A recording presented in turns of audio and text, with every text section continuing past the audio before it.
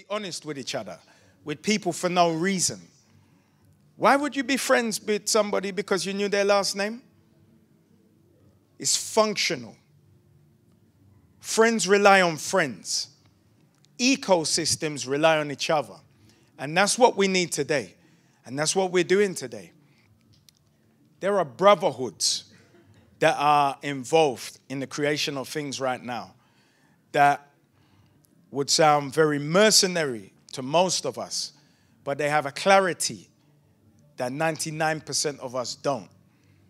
And there are things being financed and incorporated now that are going to represent us over the course of whatever this fallout is from Europeans playing with fiat currencies, where we're not going to be touched by them, or those who choose not to be touched by them, because there'll be a hell of a lot of us who will fight to fix a system that isn't broken. That system is a system of white supremacy as we know it. Now, it doesn't matter how much money you have as an individual, that's an individual success. Your children are still going to be in state schools, still largely taught by European women that can be expelled or put into proofs for the infraction of having the wrong hairstyle. So we don't see that as a reason to punish our children. It's our obligation to uphold, promote, and preserve our culture. So when we understand that, we do it. And by doing this frequently, and by sharing these messages with the many, and it's not going to be a thing of the sky turning lilac overnight and everybody jumping on board, because they won't. But what will happen is by drip feeding constantly by our own media from many different directions, you'll see that people start to come on side. So first of all, we'll celebrate Americans because it's not real. You see, for me, celebrating Americans and what they do and say, oh, we'll do that here. No, we wouldn't. You want an example? If you have a man who win £1 million in the lottery, brethren, you know if I win this thing, I give you half. I got half. $500,000. So well done, brethren. If you win $500,000, would you give me a quarter? Come on, king. You know me. So if you win 100 grand, you give me 50 quid. Tomorrow. How much you got in your wallet? Whoa. That's different. Okay. And that's what America is for us. It's like a fantasy that's not obtainable. We can't touch it. We can't see it. We can't feel it. We don't really believe it. But it sounds nice. So when it's here, it's a little bit like violence that you see in a movie. We love it, don't we? But have you ever seen anybody stabbed in real life? It's horrible. Have you ever seen anybody shot with their jaw hanging off? It's horrible. When somebody do the death shake in your arms, it's horrible. It's not romantic. It's not cute, but it looks nice on camera. This room isn't the camera. This is real life. So everybody here is at least committed to some form of change. A change that is, it has to be functional. So first of all, we got to master it in our own life before we can package and sell it to anybody else. If we don't believe in this educational system, we personally got to take our children out. But who wants to homeschool? Not even I want to homeschool 4 years in. So what we want are the institutions that are going to represent us. And that's only going to be done with mass adoption. And for mass adoption, we've got to make it attractive to everybody. So that is coordinating all of our own media entities, radio, print, TV, online.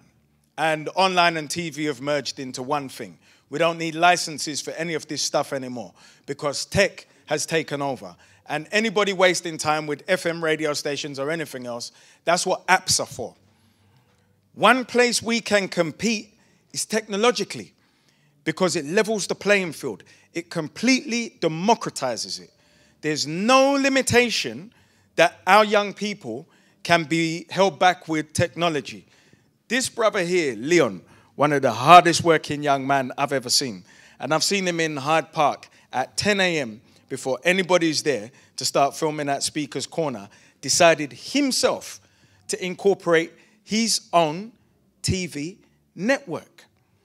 And whether he knows it or not, we have a colleague in Tandem, John Canu, who goes to all of the meetings to coordinate Hyde Park. And the bodies that be actually want him to be the official videographer. So I may even just be breaking that now. But now I'm going to break something else to Leon from Content Over Everything as well. They know that people speak very freely and nakedly to Leon. And all they got to do is go look on our network to find out all the information. So what you just learned very quickly is we have a great responsibility as media owners to protect our own. We have to think about everything that we're doing in as sophisticated a way as them. And those rooms are cold, clinical logic. I was in a room like this with brothers on Monday in Manchester. It was cold, clinical logic and reason. And we were talking about things that we don't talk to lay people about. And these things are happening. And these things are being funded. And there is an ilk of person in our community that we don't envisage because we don't see them every day. Because this isn't the place for them to speak. We have our own rooms of counsel. And these things are happening right now. The key for us, every single one of us, is to share the information because then we become propagandists in all of this. So we see it as a nefarious term as used by Europeans. But no, it's not. You want to see propaganda? This country is bankrupt. The United States and most of these European-run, fiat currency-backed countries are bankrupt. But you see them, they look shiny and they're beautiful. It's like a beautiful blonde woman dancing in a red dress with dirty underwear. But you will never know because you won't get that close. So once you realize that, then you see this is the power of positive propaganda. Now you know the difference because you see what we allow to happen with us. Negative propaganda. Africa, suffering, famine, debt, disease. But go and take a holiday and see your friends in the Gambia who are property owners, who don't want to come back here more than 4 months of the year because it's cold. And they're not struggling. And the tourists are supporting them. Go to Ghana, where me and my colleagues had discussions, and it's crazy when you think about young men who have, we would call unofficial chemists, who have a fantastic income, who don't change up their lives like the Kennedys did. And do you know how much it costs to open a local bank in Ghana? I think it's millions, right? 5 million, 10 million, 2 million, 200,000 US dollars. And immediately you have a bank, you can loan 10 times what you have in reserve.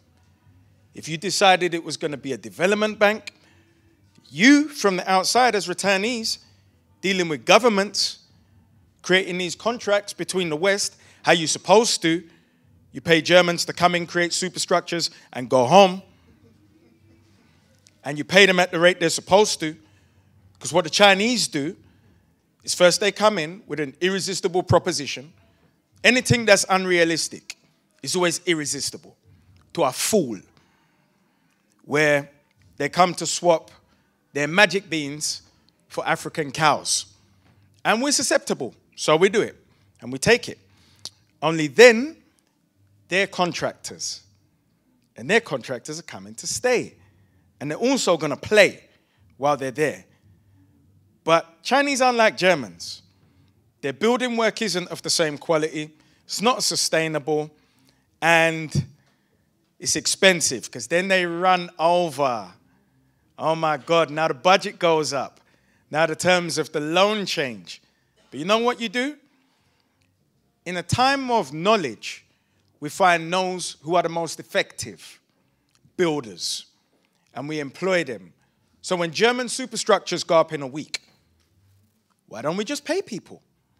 And if you have a bank and it's a development bank, own the debt. This is the smart way of doing things. This is the way everybody else does things. Now you have the real bigger question that people ask of all politicians. Do you think it's all right to pay them? We're all big people in this room. Pay them. Because if you don't, Europeans will. Chinese will. This thing of your spirit and not feeling right, when you go in a room with big people, and big people are working, they get paid. And if they don't get paid enough by the government, they're going to become very entrepreneurial in their role. Like when some of you have traveled and found that with police, they become entrepreneurial in some countries.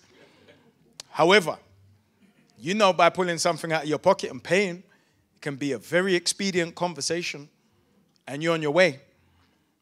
So we have to advance how we think and move into how the world actually works, because we haven't. Number one, our distant cousins, white mommy and daddy, have been the saviors we're looking for. Just to give everybody in this room clarity about our position.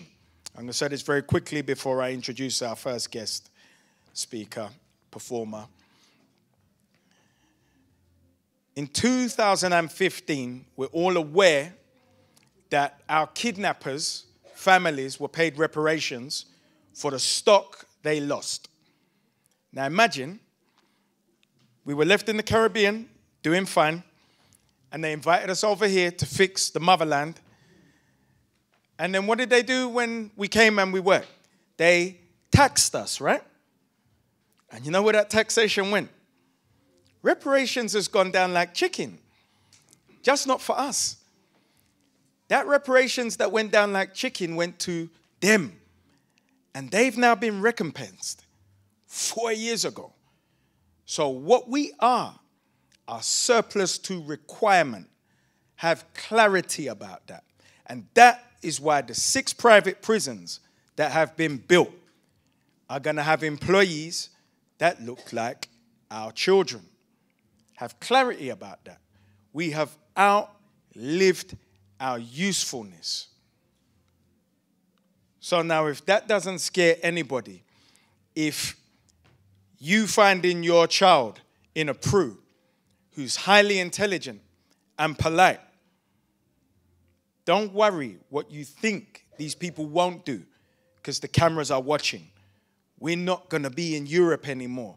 And all your rights came from Europe. Your 40-hour week came from Europe.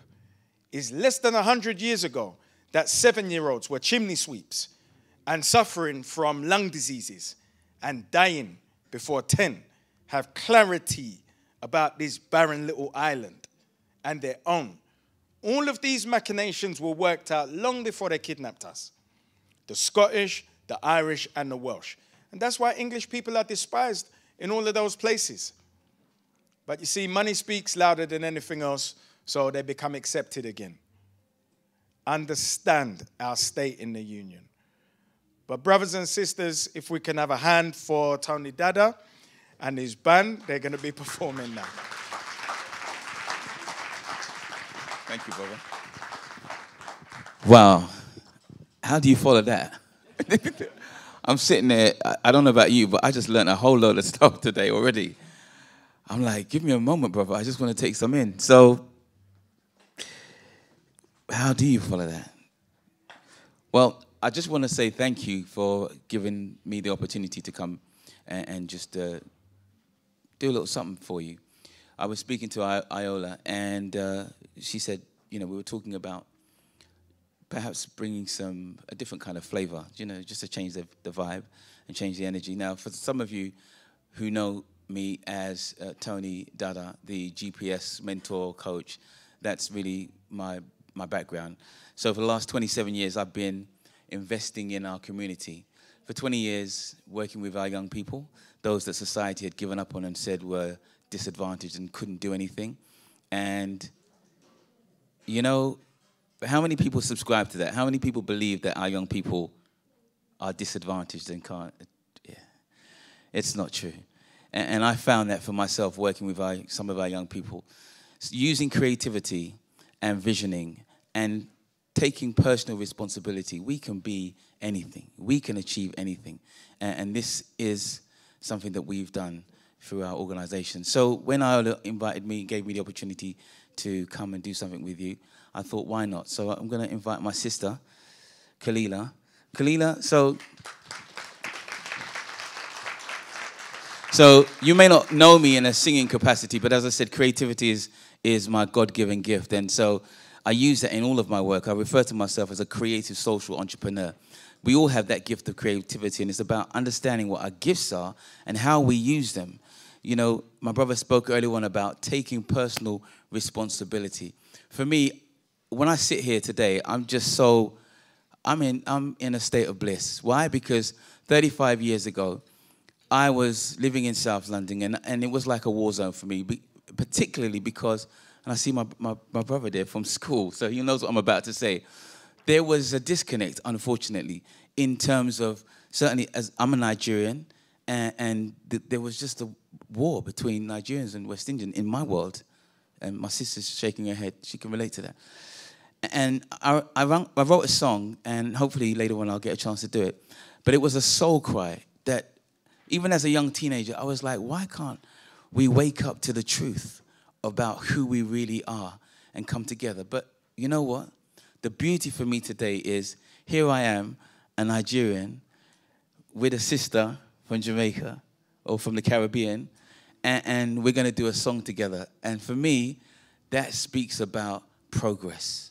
That speaks about us getting to a point of realizing that we have to wake up and recognize who and what we truly are. So with your permission, we're just going to do a little something for you. Is that all right? And if you feel the vibe, you can tap your hand. You know, we want to change the energy. We want to change the vibe in the place today. Is that all right? Sorry, let's try again. Is that all right? Okay, all right. So, sister, always let the lady lead the way.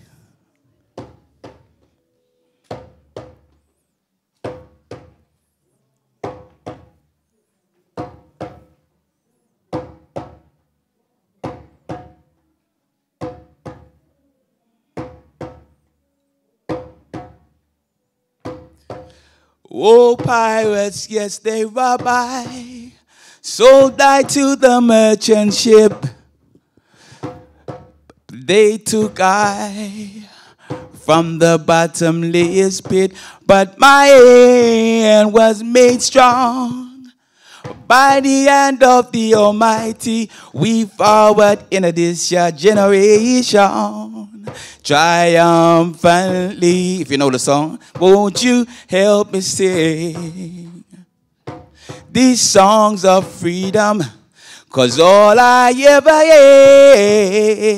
had, redemption songs. Emancipate yourself from mental slavery. None of ourselves can take our time. Have no faith in atomic energy, 'cause none of them can stop the time.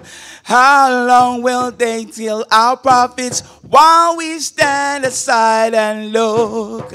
Some say it's just a part of it. We got to fulfill the book. Won't you help me sing? I can't hear. 'Cause all I ever had, redemption songs, redemption songs, redemption songs. Can't hear. 'Cause all I ever had, redemption songs. Emancipate yourself from mental slavery. None of them can stop our time. Have no fear in atomic energy. None of them can stop the time. How long will they kill our prophets while we stand aside and look? Some say it's just a part of it. We got to fulfill the book. Oh, won't you help me sing these songs of freedom? 'Cause all I ever had, that's better. Redemption songs again. 'Cause all I ever had, redemption songs again. 'Cause all I ever had, redemption songs. Redemption songs. Redemption songs. Redemption songs. Thank you. Thank you, sister.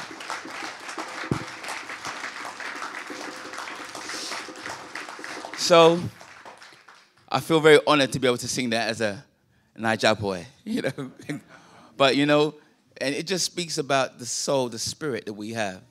You know, growing up as a teenager in this country, I was always on the sound system because my soul connects. Do you understand? There's an overstanding, a connection. And this is really why I'm excited about the times that we're living in. That we've risen up above just the physical and recognizing the spiritual nature that we possess. And when we come to that place, then it's a different conversation. I had a blessed scenario 35 years ago where I met someone who became my spiritual mentor. And he still is my spiritual mentor today. And he's from Africa. And he gave me an education far beyond anything that I could ever have attained. Yes, I got a degree from this country, and I appreciate that. But my real lessons of how to navigate this thing called life came from someone who came from a supposed third world country. Are you feeling me? Yeah. So it's about us recognizing what time this is, and it's about us waking up to the realities of who we are and taking personal responsibility for who we are and how we want to show up in the world. And so I just want to do one last song, if that's all right with you. Yeah? Okay. Wake up. Okay. And so, yeah, you can tap your hands because you might not know this song. It's an old song. Wake up, everybody. No more sleeping in bed. No more backward thinking. Time for looking ahead. The world has changed so very much from what it used to be. There is so much hatred, war, and poverty. Wake up, all the teachers, time to teach a new way. And maybe then they'll listen to what you have to say. 'Cause they're the ones who's coming up, and the world is in their hands. So when you teach the children, teach them the very best you can. Because the world won't get no better if we just let it be. No, no, no, no. The world won't get no better. Gotta change it, yes. You and me. You and me. You and me. We gotta change it, yes. You and me. Thank you very much. A round of applause for my sister Kalila. Thank you very much, brother. Hope you enjoy the rest of the evening.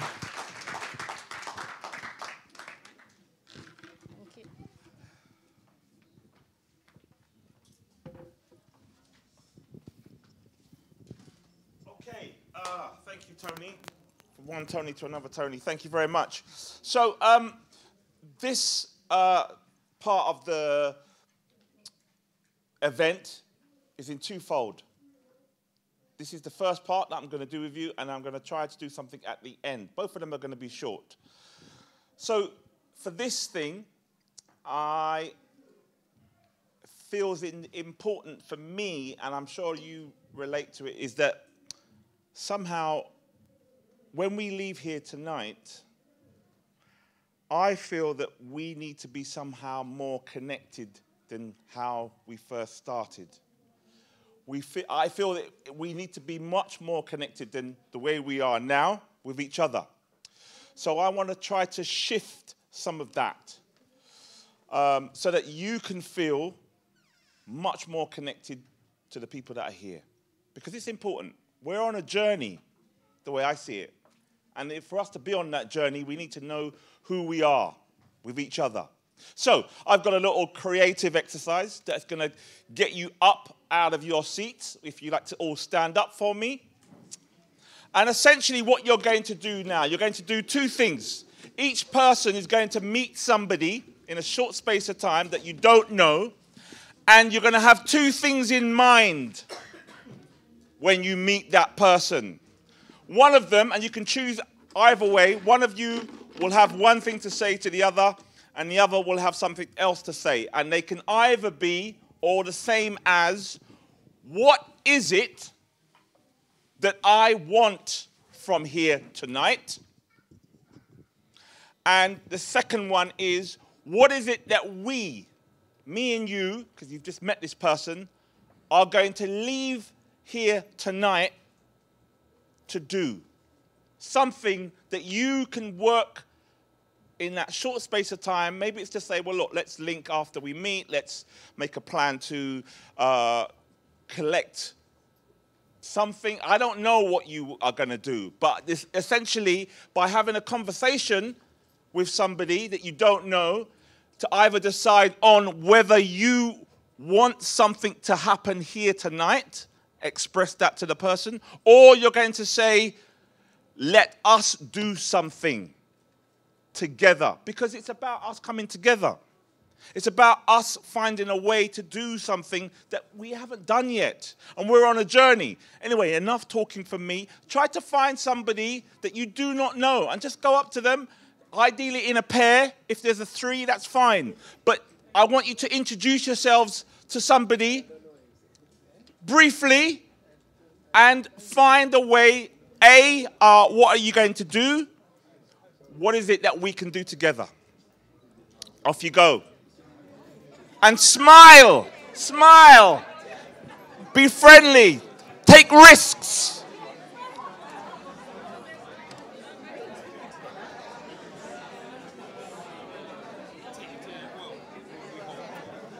Use the whole space. Don't be shy.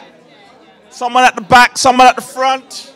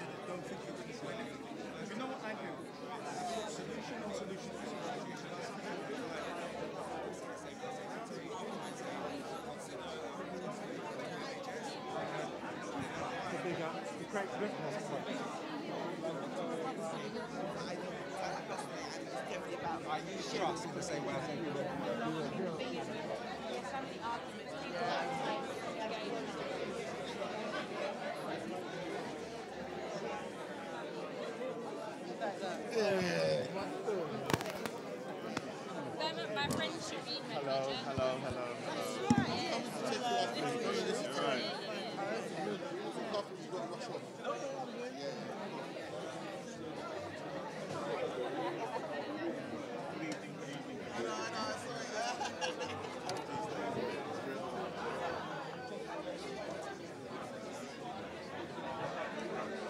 Two more minutes. 2 more minutes. 2 more minutes.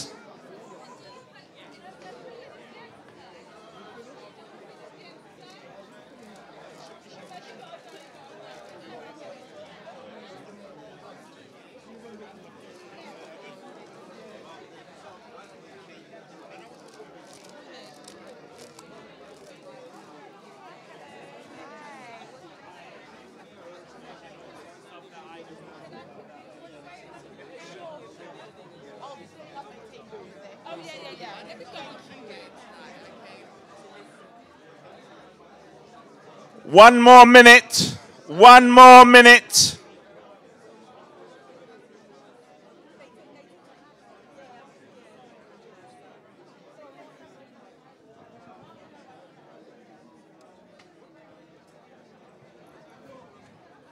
Thirty seconds. 30 seconds. You speak to somebody?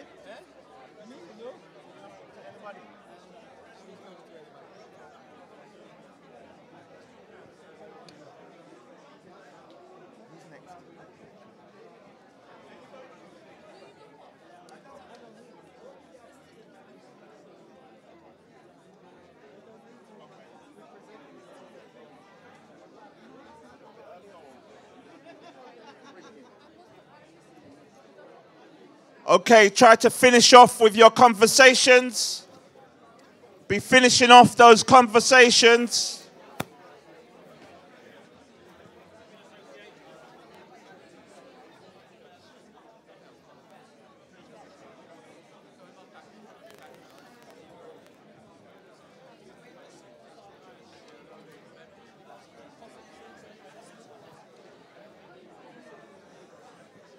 So we need to finish off our conversations.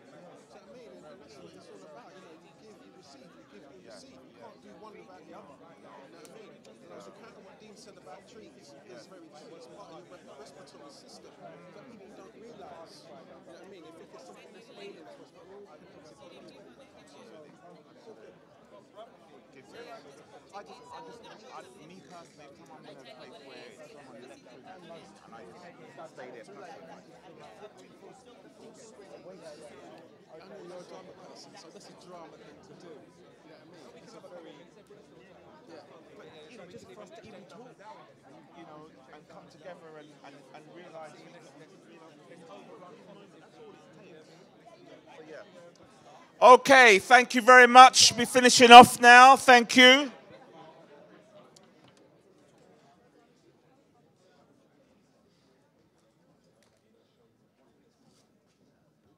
Thank you so much for taking the time to have those meaningful conversations. If I was I don't know, a fly or something, I would love to have heard what people were talking about. And I'm just wondering that the conversation you had with the person, what I'd like you to do is to be aware of them throughout this remaining event, because at the end, you've got your final bit of work to do that I'm going to set you before you leave. Essentially, what is the aim? The aim is for us to get to know each other a little bit better and try to find a way for us to create some action based on all of what the context of this work. Because us within it as individuals, we've got our own work to do. And so I'm just trying to provide a little bit of a platform, a Kickstarter, for us to be able to start that work. Because we can't wait until the next Thursday club. We've got work to do in between. And the work in between has to begin here. The people who are here, the people who have taken the time, who want to make that change. And the change, as you know, it starts with you. So I'm going to come back at the end, and I'm going to try to wrap up what you've been speaking about, what you're going to do, and put that into a context before the end. So I just want to say thank you very much. I hope that was useful. I hope you found some strong connections, and I'll see you on the other side. Give thanks.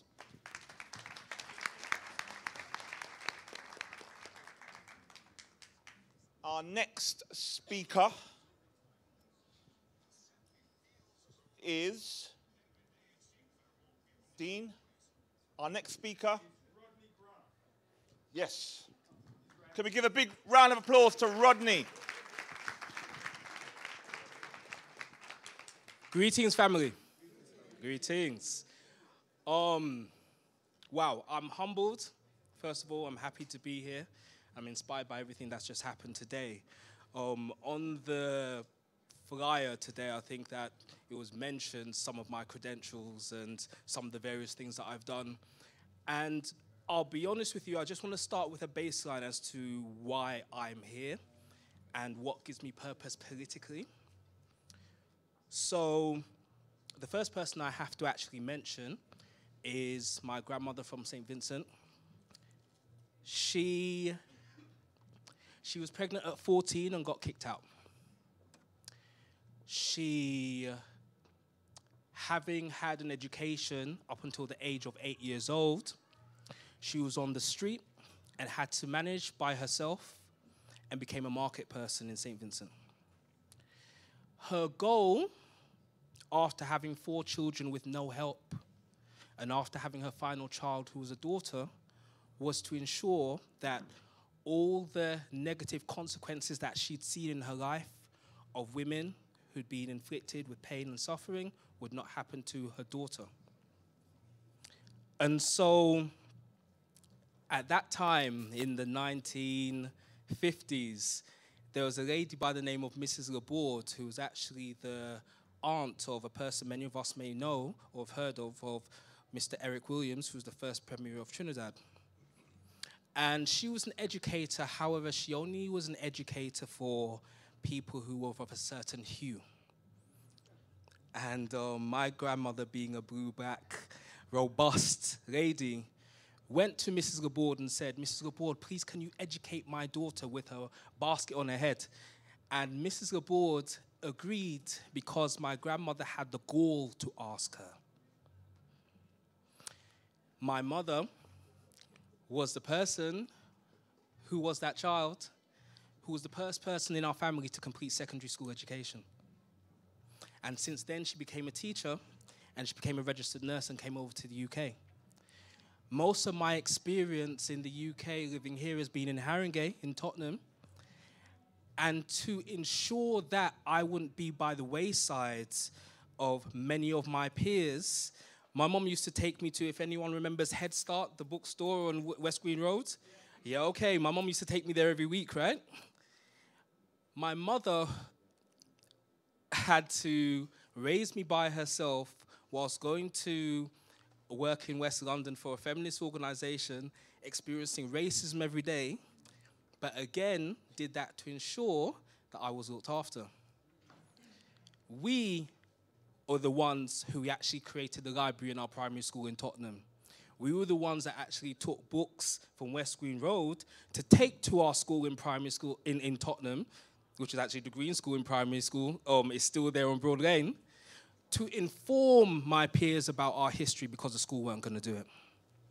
I only mention all of that because regardless of title, experience, etc., those are the things that formulate me today. And on the basis of Sankofa, I have to give thanks to my elders.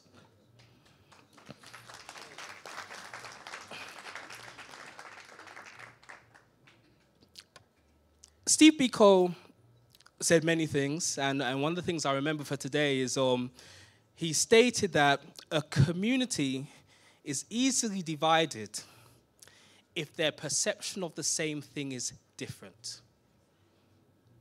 I mention that because in this country, what often gets touted as the most tolerant country within the European Union, for many reasons,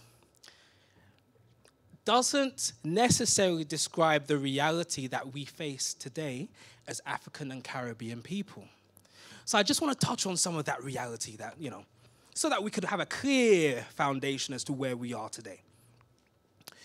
So we have a population in the UK overall of about 67 million people. Of that, there's 1.9 million African Caribbean people. Of that 1.9 million African Caribbean people, we have about 1.85 million who are living in urban environments.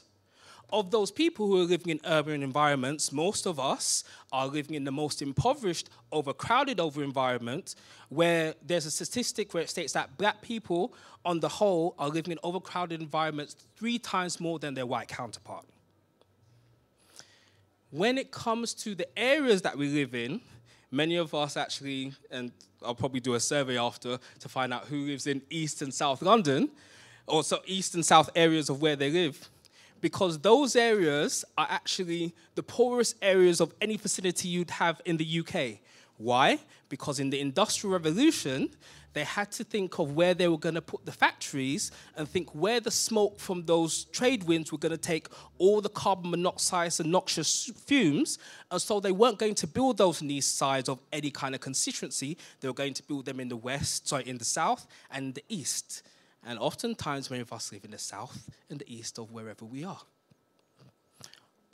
When it comes to education, so we've had a recent change in grades, right, in terms of going from A, B, A to C's, and now it's a grade 9 to, I think, U. It's U1 now, isn't it? Okay. So I think on a recent stat, considering that, education is something that's really been formidable and pushed in our culture, after, let's say, 12 years of education, I think the statistic now is that we have less than 38% of our young people coming out with a grade 5 in maths and English. After 12 years. We also, unfortunately, have a 3 times more likely, if not more than that, exclusion rate compared to our white counterparts, and something Brother D mentioned about our PRUs and our people referral units, when we're looking at our borough statistics, they don't get included in the Ofsted reports of whether it's good or outstanding or satisfactory. Why? Because they're outside of that agenda. So you don't know how many people or how many of our young people are actually being educated within the PRU and what their standards are, because they're not included in the stats. And we know we're overrepresented there. We also know that from the many amount of our young people who are within our PRUs, that's a direct pipeline into the prison system. Let's say we don't go there. Let's say we have a child who survives the educational system and then completes their A-levels. Compared to their white counterparts, if they manage to complete their A-levels, their salary is going to be at least 17.3 times less than their white counterpart. Let's say they go further, say, oh no, I don't want to just stay on my A-levels, I want to go to university, right? Okay. Well, unfortunately, the ironic thing is that the wage gap is worse. It's 23.1% less than their white counterpart for the same degree. Okay? When we're looking at our mortality rates within the areas that we live in, unfortunately, we have African women who, in some cases, are deemed to be 7 times more likely to have a higher mortality rate than our white counterparts, and 3 times more likely to be incarcerated within a mental health institution. Okay, these are just facts. You could check it on your what you call your ONS, your Office for National Statistics. You could check it on the government website. That's where we are today.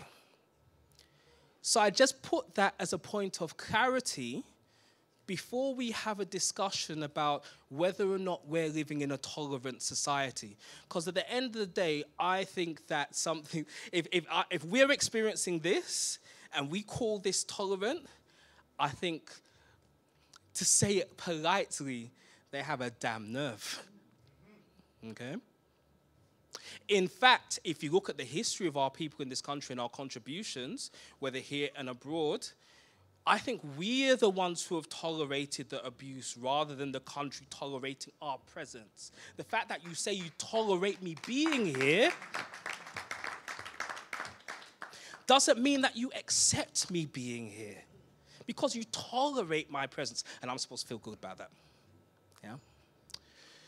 So, politics, and it was interesting. I was having a discussion earlier with one of our peers. Politics has to be something that is framed for our purposes. And it's very interesting when you see the various definitions of politics, because you then get to see definitions that talk about, oh, the academic studies of government and organizations. Then you go into another field and say, well, politics is a study of political life, which is a circular definition. And I think the only definition that I thought that would be useful for today's discussion was that politics reflects the principles of a people or group that's related to power and status. Okay. Politics reflects the principles of a group that are related to power and status. Okay? So if what we're doing in our principles is not related to power and status, I think we need a little bit of a dress back. Yeah? Now, the reason why I also mentioned, some of the statistics before, and because, mentioned about the tolerant society is, again, just about the way that we've been programmed to even think about politics. Because oftentimes we think, we've been taught that politics is something that we get involved in every 4 to 5 years. We go to a ballot box, or we have, the electronic voting. We choose a member, and then, it's done, right? That's our political life. That's it. And then many people say, well, I don't want to be involved in politics because what's the point? And what do they do? What does that do for me? And, if that's the way that politics is run in your life, then I think you're right. Because politics should never be about delegating your individual freedom to take action that will improve your power and status. It's not about that. The fact that we have a system where we delegate our rights to local members who represent a constituency is the icing on the cake of what our political involvement and what our political life should be. Whether you ascribe to voting or not, it should be something that's nuanced and something that's reflected upon your principles. Many of us, let's be honest, whenever, even some of the section that do vote, how many of those people actually vote based upon the information that they've gained from their party manifesto and reading it? And looking at, thinking about my own principles for my family and my community, where those things align or those things do not. Because let's be honest, many of us either vote based upon our own self-definitions of what we think our class is, whether we think we're working class or whether we think we're elitist, whether we think we're up and coming, and we're very tribalistic in our voting, but not adding the intelligence in our voting. Because we think, I'm going to vote for that party because, my family's always done that. They represent us, right? Because they talk about our people, right? Yeah, you haven't read the manifesto. So you may be voting for a party that hasn't mentioned anything about yourself and your community, and if you're aspiring to try and get a scholarship for maybe your child to escape the situation, they may have in that manifesto to say, you know what, we're going to scrap that because that's not part of our party line. Or furthermore, you may think that, I'm a hard-working man, I've worked, or lady, I've worked all the time, I've set up my own business, I've hired some people. Yeah, but that party describes me. Yeah, that same party is going to put increased business taxes. Okay. Yeah, at the same time, you might be quite nationalistic in your perspective, So you may think that the parties are really down for, British core values or African core values or what have you. I haven't seen the party down for African core values, by the way. That's another conversation. Yet there's soft touch on immigration. So without applying the intelligence to what we're doing, then we're just left as kind of like chafing the wind, to be quite honest. The reason why I mention my history is because, as entitled in my presentation, I take politics personally. So for me, politics is about whatever I need to do to ensure my family and my community enhances their power and their status. That could mean voting. It would definitely mean finding out who my local councillor is. It will 100% mean that. Because the thing is, Many of us don't realize that, okay, you have your MPs who are representing your constituency. However, in your locality, many of the decisions that are made based on your council tax, based on your business rates, based on whether or not they're going to knock down that youth centre or not, whether or not they're going to add public housing or not, whether or not they're actually going to think of how are we going to divide the budget so that our community is best served. You need to speak to your councillor and you know who your councillor is, because they're involved in those conversations. Many of us don't know who that is. Many of us actually, when we have the general elections, you normally have the council elections that sometimes run alongside, and you say, okay, yeah, I'm this party, tick. Oh, who are the councillors for that party? Tick, tick, tick. And that's, again, what we do. So if we are thinking again about how we are going to move forward, I suggest, and I say that including myself, that we have to take an audit and we have to take an account of our principles and actions which define ourselves as a community. Because the thing is, we're supposed to have disagreements and have different perspectives and different understandings, because that's what creates the tapestry of life. We are supposed to have diversity within our unity. At the same time, we have the unity which forms our strength, and that's how we move forward. My personal politics ultimately come back to identity and culture.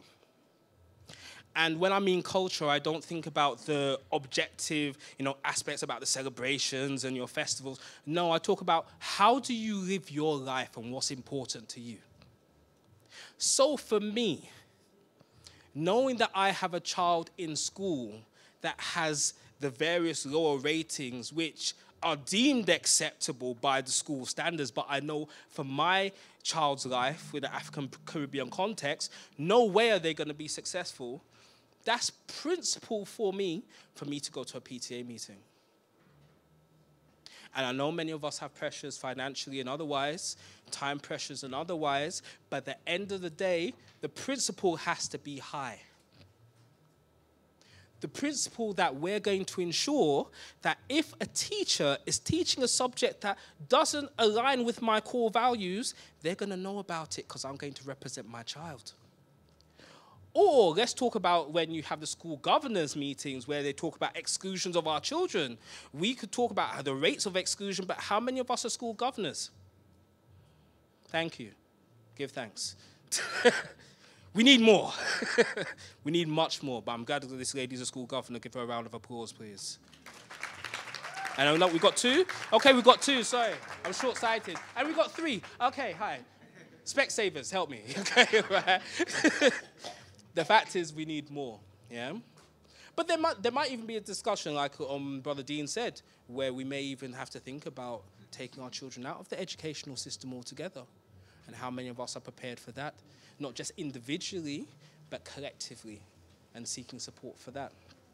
For me, again, personally, political life is about taking issue with the things that affect you based on the principles, such as if I'm on my estate and I see a fly tipper, okay, well, I'm going to find out how we as a community can get together and ensure that, okay, this person doesn't do this again. Why? Because it's important for me. And I think, again, we have to examine what is important for us. Because with the statistics and with the position that we are as a community, if we are to ensure the legacy of our children, this cannot stand.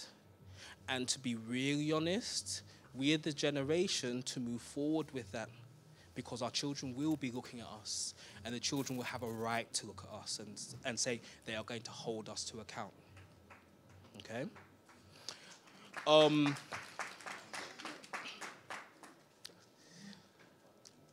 One of the things I think that we also need to do is start reframing our discussions in terms of the words that we use, and not just accept words and classifications as if they're gospel. And I'll explain a little bit about that. I'm gonna kind of talk about some family business as well. My wife's in the background, so I'm kind of asking permission if I can. Yeah, I'm asking. She's smiling, so I'm assuming it's okay. Yeah, okay, cool. Oh, cool. So, yeah, real sweat, bro.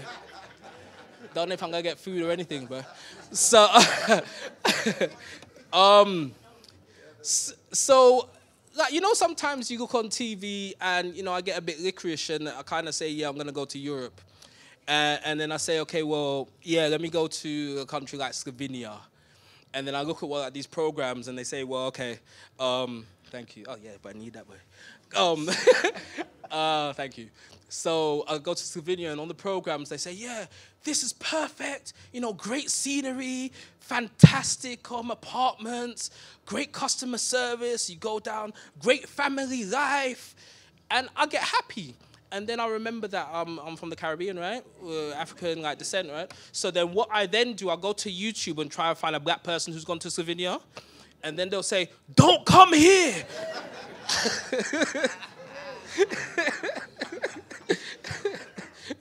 It's a risk to your health. Right? And that's what I mean because, you know, much of the discussion that we have, or much of the kind of words that get touted to us in the terms, they're not really for us, they're aimed at us, you know. So, you know, I won't say who, but, you know, someone quite prominent, I saw a term recently, and I was a bit,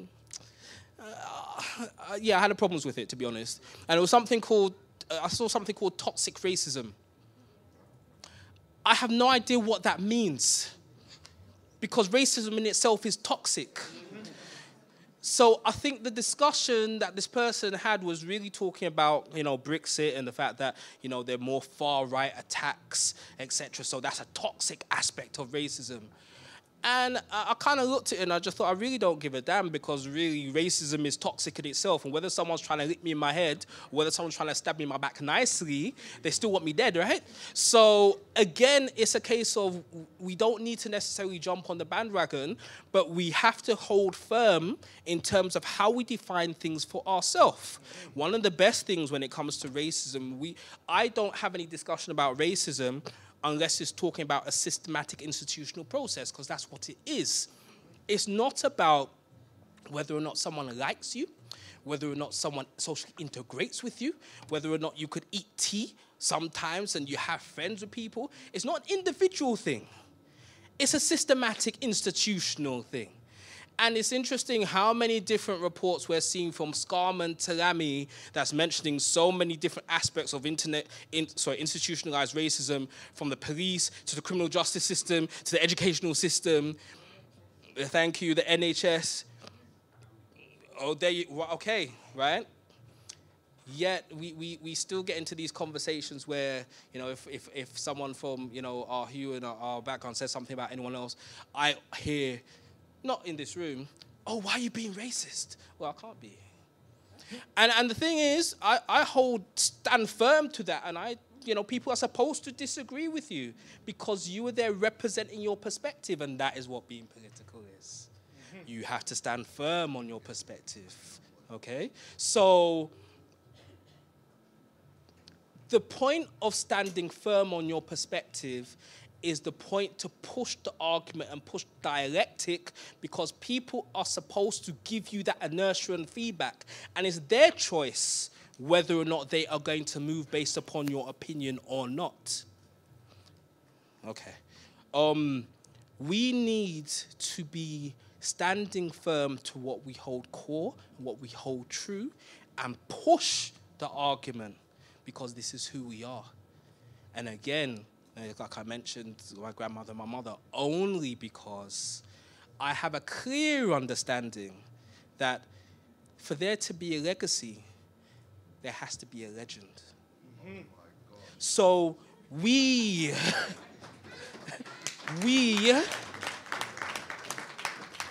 have to be prepared to create the legends for our children and our children's children and our children's children, because there won't be a legacy after that. And that's the truth. And the thing is about that is that legends are not easy to build. And they're generational. And they're sacrificial. But they're consistent.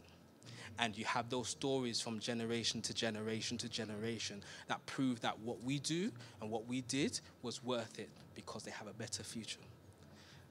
With that, I'd like to thank you for hearing me. Have a great evening.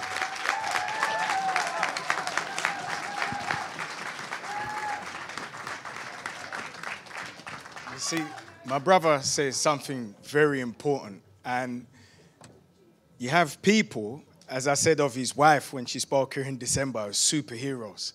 You can't see their cape, but they do it every day, consistently, in work within their role, where we get information from them and know exactly what is going on behind the scenes, where their families are functional, where their children are catered for educationally as they're supposed to, where they understand what a cultural legacy is. I said something earlier. We're all responsible to culturally represent ourselves, to promote, preserve, and keep who we are. Because without it, we're nothing. If you want to see what we are without culture, look in the animal factory outside. So whatever they want to do with us, whatever the new term is, it was BME, Black Minority Ethnic. Then Asian, my brother, today, we are brothers. Yeah. How come you my brother around this money? Lego that. The only letter we focus on today is B, in BAME. Come on. And the B doesn't actually mean anything, because black means something while you're in the shower and you're listening to the song. We're proud to be black. But it don't mean nothing, because you're not actually a nation. So when they say an Asian, and you go to Sotol, they are a nation. And do you know how you know people are a nation? Because my brother Rodney said something very important. We're very tolerant. So they say, you're homophobic. Oh, my good God. How can I be homophobic? I live in Brixton. And there's the Fridge. And it's one of the biggest gay clubs on a Saturday night. Nobody got beat up. And gentlemen were practicing their proclivities on back streets. And I have seen them when I'm going home and I haven't attacked anybody. And our home is their playground and their dustbin. Because you can see the condoms, you can see the used drug paraphernalia, because they come to play, where there's poppers to relax their mindset, or foil, because they're chasing the dragon. So we're the most tolerant people on earth. But it's because we have no collective politic. You see, we are indoctrinated to be very malleable. Because you know why we're here? To serve. We were educated and groomed to serve like children. So the religion is beautiful. Come to me as a child. Okay. You need 10%? No problem. You got a Lexus, I just took a bus. Come to me as a child. But we're not children. And there's nothing that we hold in our chests that culturally we represent as a people. Because let me tell you something when you go to South Hall, and you may be offended when you're spending money and a man puts your money on the counter, and then he's talking about you to his man in a language you don't understand. But let me say something about this man. I respect him. I respect him. You know why I respect him? Because he has clarity. He has clarity about the fact that you're a guest in his yard. So if you're a guest in his yard, how should he treat you? Like you're supposed to stay and come in and feel comfortable and do whatever the hell you want to do? No. No, there are ramifications for you playing the fool. Because I have a shop. You know what happens when you come in my shop and you act the fool? Boop! This ain't a playground, you know. And then they smell the room. They see the temperature change. You kind of cold. Now, the truth don't have no temperature, baby. Final no sense. You're a guest. It's not a playground. It's a business. It's where I make my money. It's how I feed my family. So now you're aware. See, Mr. Pate, he's feeding his family. He don't give a damn about you. But you know where you're useful? Because you're malleable. Look at these videos. Everyone seen the video of this European man who's gone to Tower Hamlets and he's swearing after children. They breed like rats. Okay. It's disgusting. And as a man, I'm mortified and disgusted. And I have empathy for their upset in Tower Hamlets. But now as a pragmatist, Me not raise one finger. And I'm going to tell you why. Because when our parents and grandparents were being deported last year, which was merely a bank robbery, do not get it twisted. Remember, I told you, our taxation paid our former owners and remunerated them. Our time done. But you know what these people have got? Post 60, 65, pensions. So what happened if you're not a citizen? You got a weekly pension. When's that gone? It's called a bank robbery. I told you, there are men in rooms who are a lot more mercenary than you, but not me. Not me. I wouldn't raise one finger. But my brothers and sisters in Tower Hamlets have my empathy because no organization came out by our side. And do you know what others did? They laughed. And what are these bags? The Go-Ghana bags? You know what they call them? Removal vans. When they see us getting off planes. So it's funny that our parents and grandparents who spent their whole life here working to build were humiliated. And the hope was they die before any case is resolved. So knowing that, have clarity about who you got to serve. But there's a reason I mentioned Tower Hamlets. Because I belong to over 100 WhatsApp groups and Facebook groups and institutional WhatsApp groups. And there was a group, I won't name it, but all the empathy was there. We got to come out in solidarity. So then there's little old me. Oh, that was disgusting. That man should be dealt with. But not by me, baby. And I don't believe by us. And this comradeship that you're seeking to create seems more organized than anything I've witnessed in the last 2 years. And I'm a highly experienced man. And I speak to a lot of people. And I know what's going on in a lot of rooms. So I questioned it as a man. And the responses came back, we have to build unity. So I'm not too smart. So I asked myself, what question should you ask? Well, because I'm a very basic guy. And I believe that the highest form of intelligence is base. The lion eats the antelope, not because he's jealous, not because he's cute, because like me before I came in this room, his belly was rumbling. I eat that. Very basic. So we as a people now have to be very basic and strip it right back to basics. You want to hear a basic question? So, let's unity attack. Sounds fantastic. So here's my basic question as a layperson. What's in it for me? And Mr. Patel might say, brother, I'm your brother? I can come around on Christmas Day? Go look your mother and father. We must have clarity about serving our community. What our community need is socio-economic organization. So 3 packs, 3 institutions are being incorporated. One is a political pack. What is the political pack? The political pack weaponizes our votes at a national level. That is called a super PAC. That super PAC is about having representatives in every one of the 33 London boroughs and the counties.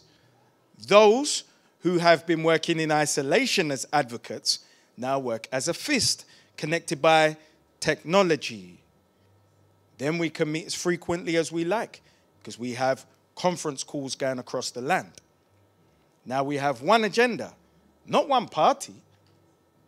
See, if you come in my house, I don't care what trainers you're wearing. I care that when you take them off and land them outside, your foot doesn't tink when you come in my living room. So we don't care about your brand. We're voting within our interests. So every one of those boroughs might be voting differently. But what we're doing is not advising as a pack. You see, we create the messages based on donations from our businesses, which are offsettable by against taxation to do what? Instruct you per borough who to vote for within your interests. So everybody speaks about the most successful community who are the tiniest minority in this country. And they are 300,000. So we know power is not numeric. If power is not numeric, what is power? So if you've got 10 guys who are feeble-minded, and I come in a room very sharp, and they've all got a tenner, and I know how to take the tenner away from them, what are these 10 men not that I am? Organized. So once you understand that we're out-organized, you put the policies, procedures, balances, measures, and checks in place to correct it. No European is coming for you. Oh, do you know what ACPAC will do? The African Caribbean Political Action Committee. Well, one, it will liaise with brothers and sisters in the States. And then we join as a war of attrition, African states, because we're Africans. Black doesn't mean anything. It only means something in the shower, remember? Okay. So if black doesn't mean anything, Africa is a continent. There are nations who become members. And then we can send our trainee brothers and sisters and politicians on secondments for most effective practice and also for trade links. So when I use the term Blaxit, people would like to put it down to this, look, it's not cute. It's very formal. It enables you to work outside of their system. And since the pack is a trust, it's outside of UK legislation. So you can't tell me about raising money, who I can back and what I can do. Same thing I would tell Mr. Smith is the same thing we tell Mr. Patel. Go look your mother and father. Okay. So what is power? Power is autonomy and options. How do you create options? You create options by creating an economy. If you are in a job which pays the sum total of your bills and your boss says you're staying an hour and you're not getting paid, you have no options. Okay. So then you have a brethren who also has a shop. And he said, I'm going to pay you on the weekend. Well, you know what you got now? Options. Because your economy has grown. You see, our options come from economics. Now, you have to pay tax as an individual. You have to pay tax as a business. You can't keep it. So you can donate as much as you want as a business, and you can donate that portion from your job, and you won't feel it. But do you know what it will do? It will serve your people, your nation, your institutions, and your interests, which grow your options. Because now we've funded this school next to us, we can take our children out of here. And because we are constituting my sister Kay Johnston's educational curriculum as a formal curriculum in trust, we will now deliver this entrepreneurial African curriculum as we see fit in not only our schools here, but where we do the licensing with member states internationally, and it's monetized.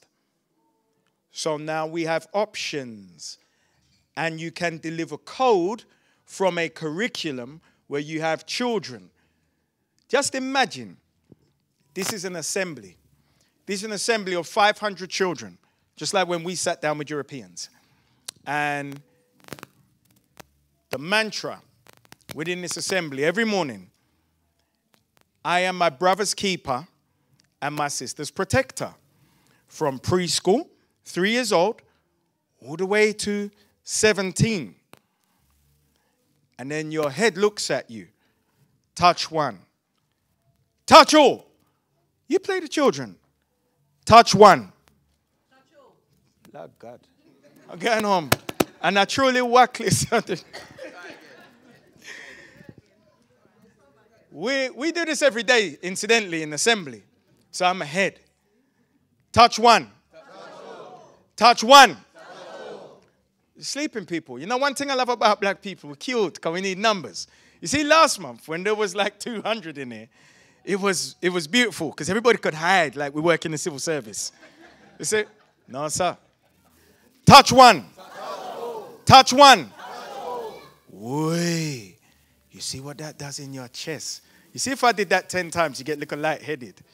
The euphoria is revolutionary because you can't say every morning between 3 and 17, I'm my brother's keeper and my sister's protector, and be hollering, touch one, touch all, and not think as a nation with no interference from Europeans, Bangladeshis, other agendas, no interference.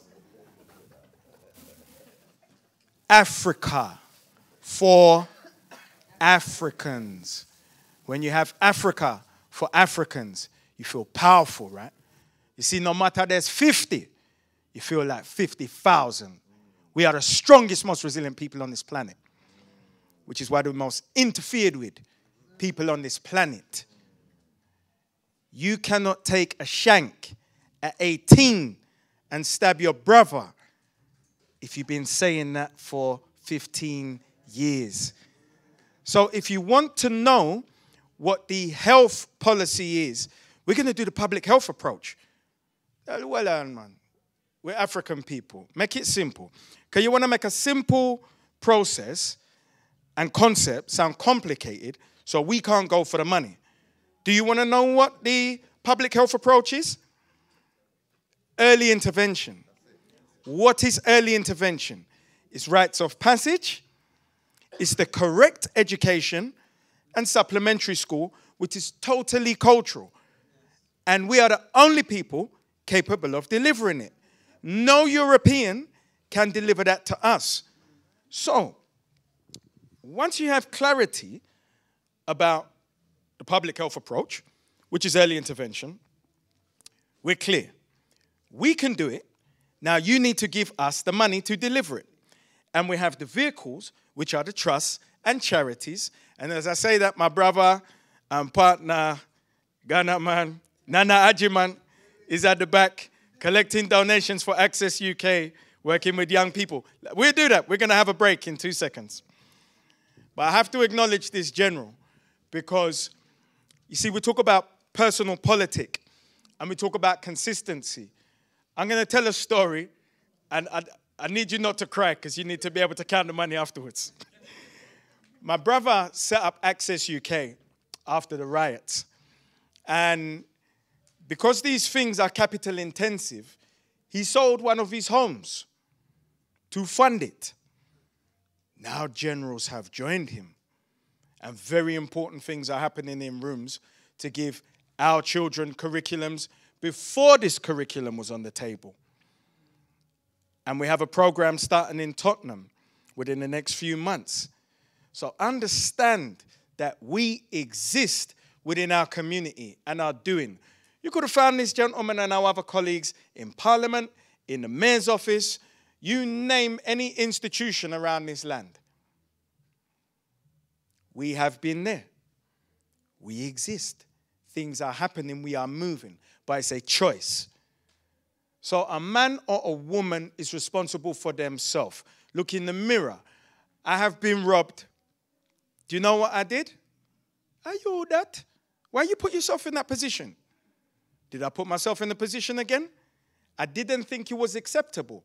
And I come from a place, good or bad, we don't call police. It doesn't matter. But I'm going to tell you why. You see, you think this is a thing of criminals. And there was a period in my younger life I was a petty criminal. But it is more historic than that. When we were on plantations, we plan and plot to escape. The informer is the one that destroyed our master plan. No matter we were numerically more than the overseers, they were more organized, and we were mentally and spiritually broken. There is a lion spirit that can beat any environment or any circumstance, but they are a tiny minority. They are the organizers. They are your Nat Turners. But Stephens largely outnumber. That is the history of why we don't inform. Understand. The history of us having slang, which is looked down upon, is because our language was stolen. So we have to have a different lens for these things. Your lens must be an African lens, not a European lens that looks down on African people, which is easy. Even after I put on a dashiki, if my mindset is of indoctrination, it doesn't matter what I display externally. As I come in a room, dress like I dress, speak like I speak, people have a perception that I have a European woman and I do this and do that. No matter, go look your mother and father. What is of all importance is what you do. And when you tell me you know, I tell you, knowing is doing. So if you not do it, you're not sweet FA. And I don't care if we acknowledge it today. Tomorrow, we know. We're going to break for 10 minutes. Everybody have some drink at the back. There's a lovely lady with some food. There are black dolls. There is international travel and books at the back. People, please, 10 minutes. Thank you.